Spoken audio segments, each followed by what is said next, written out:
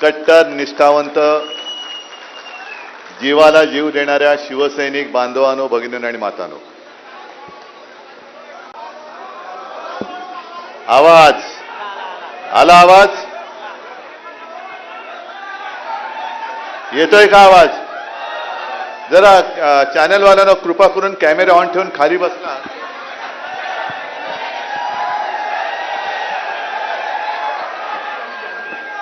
बस येतोय आवाज आता?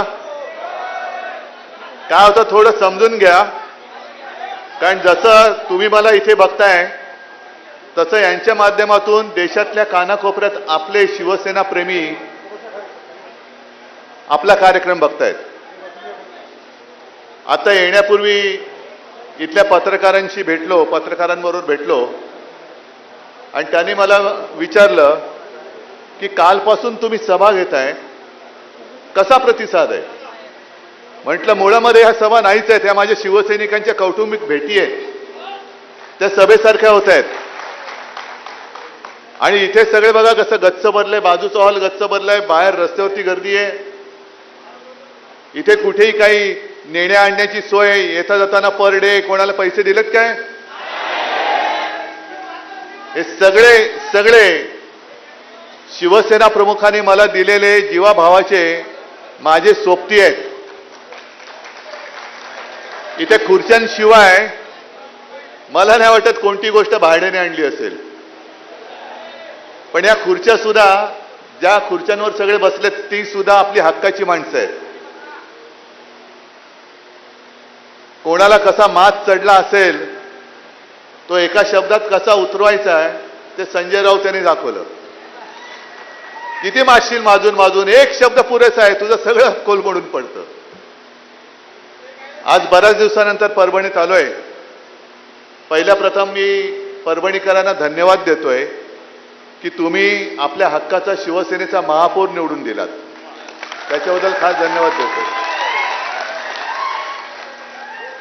जनतेची सेवा करणारा एक कार्यकर्ता तुम्ही निवडून दिलात. आता त्याच्याही वरनं माझ्यावरती टीका झाली. याने म्हणे बाळासाहेबांचे विचार सोडले. का सोडले? की म्हणे महापौर मुसलमान आहे. असेल, पण तो आमचा आहे.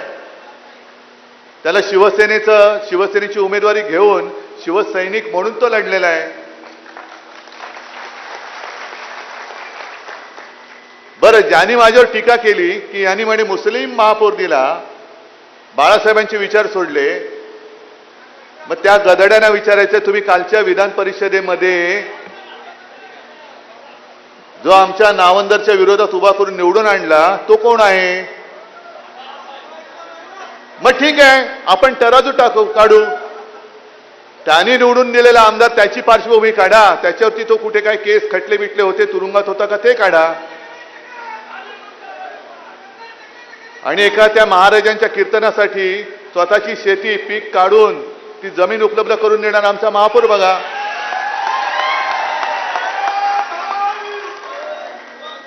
पण किती दिवस चालणार? म्हणजे आपण जरा कुठे काय केलं की बाळासाहेबांचे विचार सोडले, पण तुम्ही शिवसैनिकांशी आणि शिवसेनेशी गद्दारी केलीत. हा बाळासाहेबांच्या विचारांचा तुम्ही घात केलेला. मला तोही क्षण आठवतोय. मी विधानसभेला सुद्धा प्रचाराला आलो होतो आणि लोकसभेला सुद्धा आलो होतो. लोकसभेला तो स्टेडियम पूर्ण भरला होता. ते राहुल, ती सभा एक आपल्याला परत घ्यायची, त्याच स्टेडियम मध्ये घ्यायचे.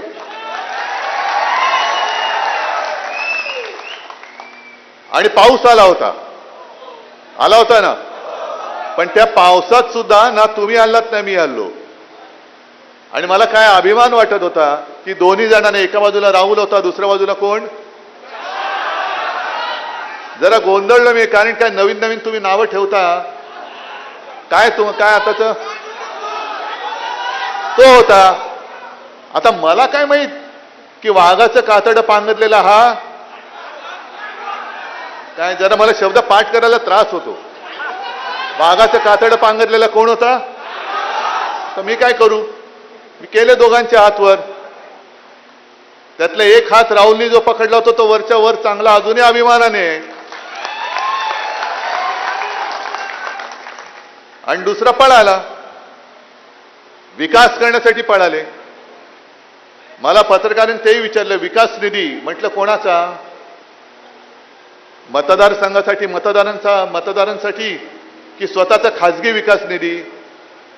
कारण तो एक व्हिडिओ तो सुद्धा फिरतोय, विमानात बसलेत महाशय आणि बदाम वगैरे खात आहेत. म्हणजे शेतकरी बिचारा असाच उपाशी आहे. पण हे